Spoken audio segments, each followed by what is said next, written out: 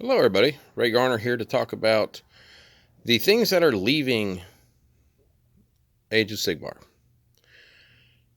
Now, the reason why I'm doing this video is there's a lot of people who are extremely upset over the things that are leaving, but a lot of things aren't leaving and gone forever.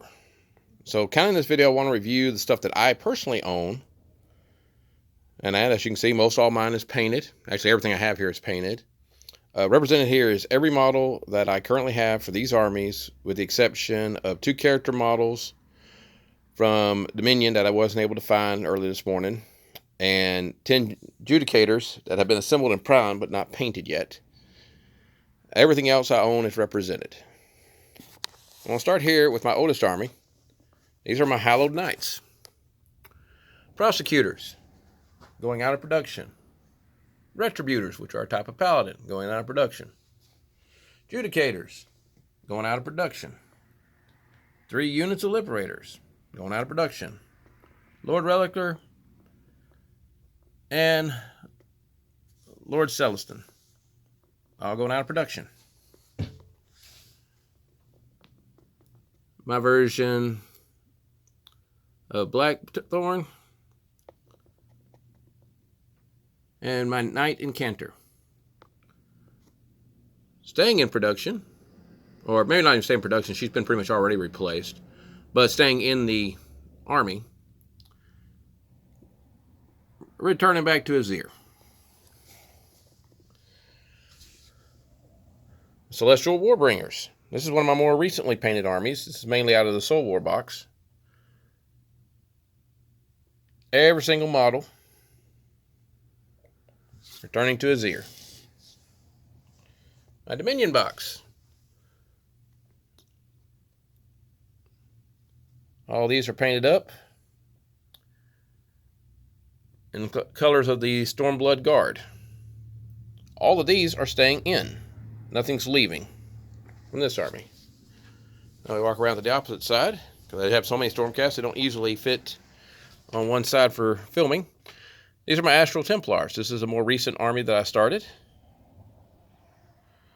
You can see all the various units. All of these are staying in the army.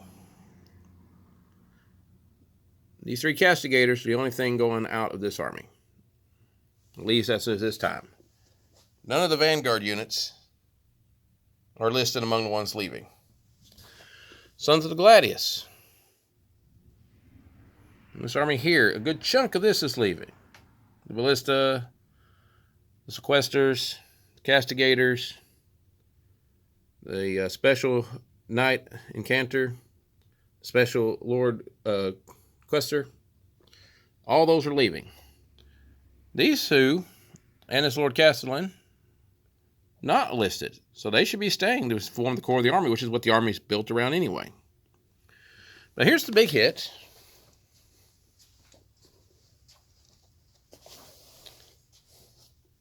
My Bone Splitter army. Coming along quite nicely. Oh, and I forgot, there is another box and a couple extras left over of Orc Boys to put together and paint.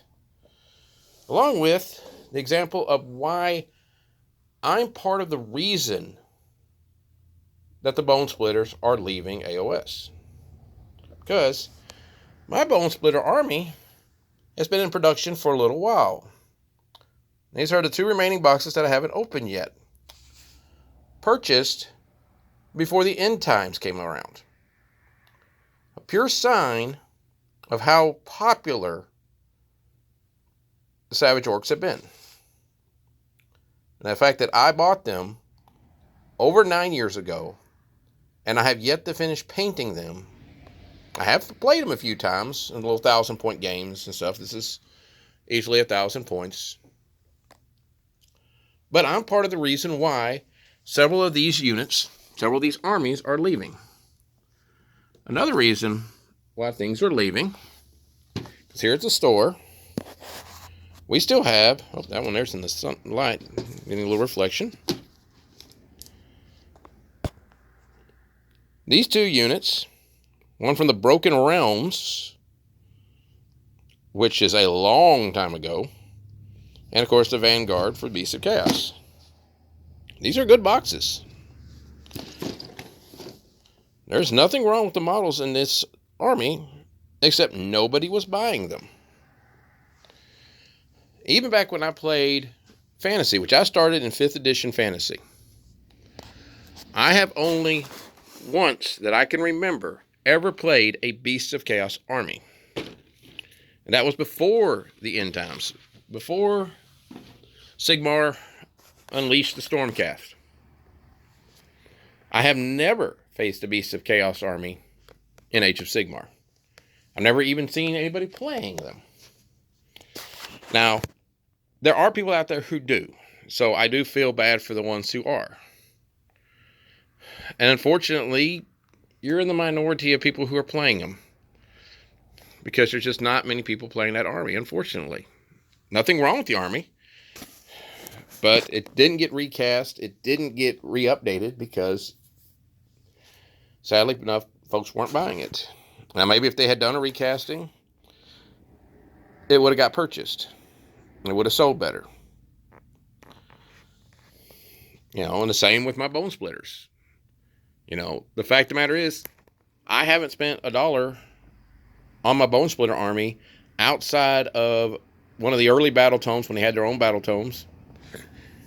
And then, of course, the Orc battle tomes, which applies to other armies I have. You know, Cruel Boys and Iron Jaws. And it's just sad to say that, you know, the lack of support, the lack of the overall interest in the armies is what basically brought about a lot of this change. Now, going back to the Stormcast, these changes are probably because we're not going to reforge the entire product line at one go. I do think that in 4 or 3 years, you will see the Sacrosanct Chambers coming back. I think they will be the core box for 5th edition when it comes out in a handful of years. So I'm not throwing these models away. And that they will go in the box, go into storage, like so many other armies I own. And when they become legal again, we'll get played. Now, these are still good for a year. They are going to have index cards and will be part of Legends for casual play for a full year. So it's not like these armies suddenly stop working in their entirety. And in all honesty, I love the lore between the Hallowed Knights and the Celestial Warbringers. That, you know, this new box set, when it comes out for 5th edition, or 4th edition, I'm sorry, it's going to be painted either as Celestial Warbringers or a new Hallowed Knights. And I'm so happy to see the Hallowed Knights are going to be the core box. That will get away from the Hammers of Sigmar for once. You know, it only took 9 years to realize that there are other Stormcasts besides them, but it is great to see. So, model line updates are always part of Warhammer. They always have been. I played Warhammer 40k starting in the 90s. I started Fantasy basically about a year later. Started in 2nd edition 40k and 5th edition Fantasy. My favorite army was Bretonnians. Bretonnians received absolutely no love for the last several years of the old world, before the end times hit. Before Archaon the Everchosen destroyed everything. You know, and it frustrated me. It frustrated me with Fantasy. That here's my army, built around the Arthurian legends, from a company that's based in England.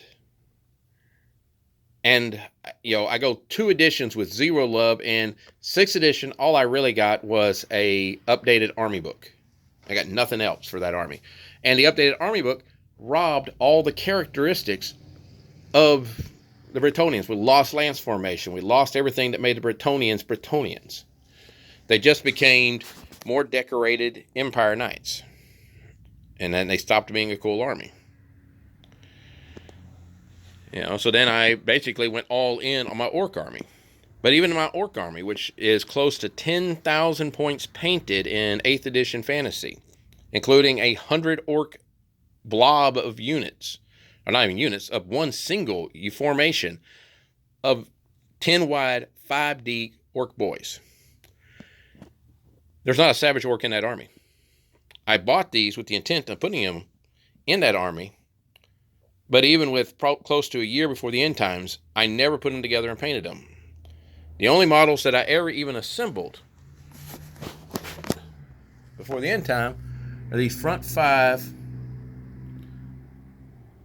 of my boar riders. As you can see, you can kind of see the square bases where I glued them down to the oval bases. Because I wasn't going to cut them off the bases and risk tearing them up. So I just glued the bases on. They're a little taller. But they didn't even get painted until after the Hallowed Knights got painted for the first edition of Age of Sigmar. It always sucks when you lose models. I have a Razorback from way back in the day that has a metal top, that has a las cannon and twin-link plasma guns. That model stopped being a legal unit, I think, in 3rd edition. I know it was by 4th. I'd have to go back and pull up books to actually confirm that, which I still own, because I keep all of my codexes. I keep all of my army books. I still have my 5th edition Bretonnian army book.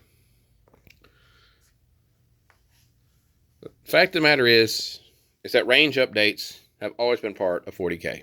Always been a part of Fantasy, and are now a part of Age of Sigmar. It takes a while to get the range large enough that you have to do updates. And it's terrible when you lose models to the updates. But with the exception of what you see on the table of the bone splitters, none of this stuff is gone forever, in my opinion. The Sacrosanct Chambers will come back. They won't be back in 4th edition. I think they will be back in 5th edition. We'll wait and see. If I'm wrong in 3 years, you can call me out on it. Tell me I'm an idiot. It's happened before. But these models are still cool. But most of these are getting reforged. Yes, that entire army, the Celestial Warbringer, not getting reforged. The Knight Incantor, not getting reforged. She's already been reforged. And all of these, the only one that I haven't seen an actual confirmation on are the Retributors being reforged. But I'm pretty sure they will be. And if they're being reforged, all of this army will be legal. There will not be anything in this army I can't play, with the possible exception of the Retributors, once the battle tome hits. These here, the Astral Templars, only losing 3 models. And they only got those 3 models because I didn't want to put repeat putting all my castigators in the same army. So I have 3 castigators in this one. I have 3 castigators in the Celestial Warbringers. And I have 3 castigators in the Sons of the Gladius. It's not that big a deal. We're losing the Ballista. Odds are, because the Stormcast need a Ballista, that means that we're going to get a non-Sacrosanct Chamber Ballista that will probably be coming out. So, yes, this particular model will go away, but if they do what I believe they're going to do, then you'll basically be able to use this one as a stand-in, as a proxy for that one when it releases. But the new one will probably look a lot better. So you'll probably want it. Yeah. So anyway, in the end, this army here is losing 8, 9, 10 models. Oh, I'm sorry. 10, 13 models if you count the Ballista as 3 models. This army is losing 3. This army technically is losing 11 because I have 11 Retributors for no reason. Other than I think I ended up with a box that gave me an odd number. And 1 Knight Incantor, definitely losing. My entire army of Celestial Warbringers is absolutely going away. This army loses nothing. And devastatingly losing all of my Bone Splitters. That sucks. I mean, I won't deny that. I like my Bone Splitters. That's one reason why I went with them above the Iron Jaws. But the Iron Jaws have gotten updated, cooler looking models, and I've been wanting to build them for a little while. In the end, I'm not sitting here saying it's a good thing, but I'm not going to sit here and rip GW for doing what needs to be done.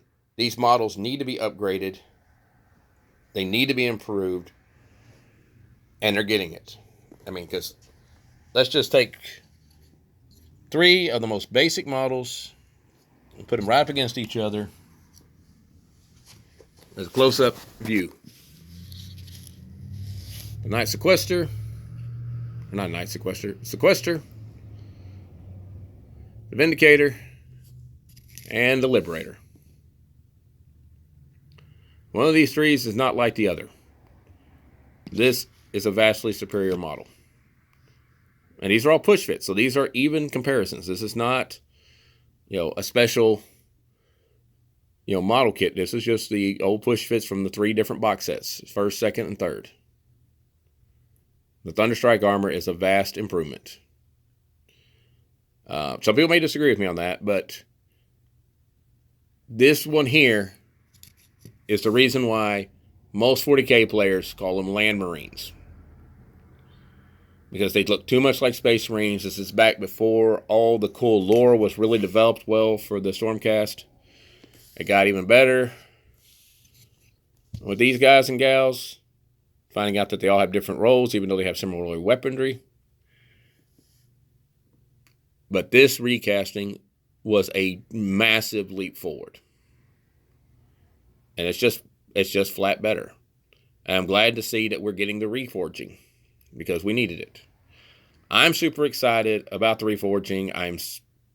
Sucks because I just literally finished getting all the Stormcasts that I own painted, except for the 10 Judicators that I just bought, because I do want my old army to have all the same casting so that they don't look like completely different units of Judicators.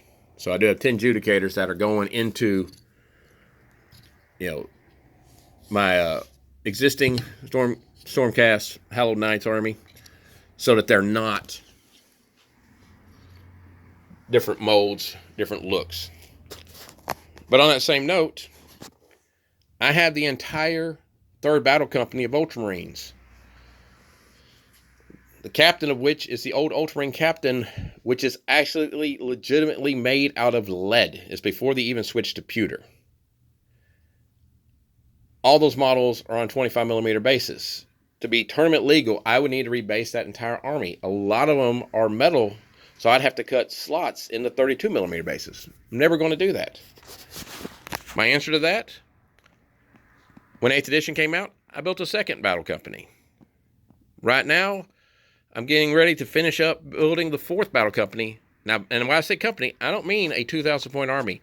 I mean 100 Marines that are not part of the command staff. Do not count vehicles. It's 100 guys on foot in power armor or Gravis armor. And I am working on the 1st battle company, which will be all Terminators, Stern Guard, Vanguard vets, and maybe some Blade Guard veterans. And that army's already at 35 non-command models. So for me, the reforging, the new edition, it's an opportunity. It's an opportunity to make my army look better on the field, to build new armies, to build another army, because the Celestial Warbringers are probably going to get rebuilt. The Hallowed Knights are probably going to get rebuilt. So there's probably 2 armies that I'm going to build. One, because they're getting all new cool models and they're one of my favorites. One, because all the models are going away. And I like their lore and their history, so I do want to field them on the battlefield. Anyway, this is my thoughts. I do feel bad for any Beast of Chaos players, any other Bone Splitter players. But unfortunately, if you play any game long enough, it either goes away in its entirety, and that's happened to a lot of armies. Or not armies, I mean games in general. I couldn't begin to tell you how many miniature games I own that started out, they were hot, they were exciting, and they just went away. And you have other ones that get completely redone, or you don't know if they're ever going to survive. I'm a big Battletech player. Battletech players had to suffer through, if they played as long as I have, the clicky days where we went to the Dark Ages. And the most appropriate name by a company ever for something that they did, when they took away all of our miniatures and turned them all into hero clicks. Luckily, despite everybody's complaints about Catalyst, we now have Battletech back as Battletech. And they ain't done it 100% right, but it's a whole lot better than the clicky game. Anyway, leave your thoughts, your comments, your agreements, and your disagreements in the comments. I'll look forward to hearing what everybody has to say. May the light of Azir protect you.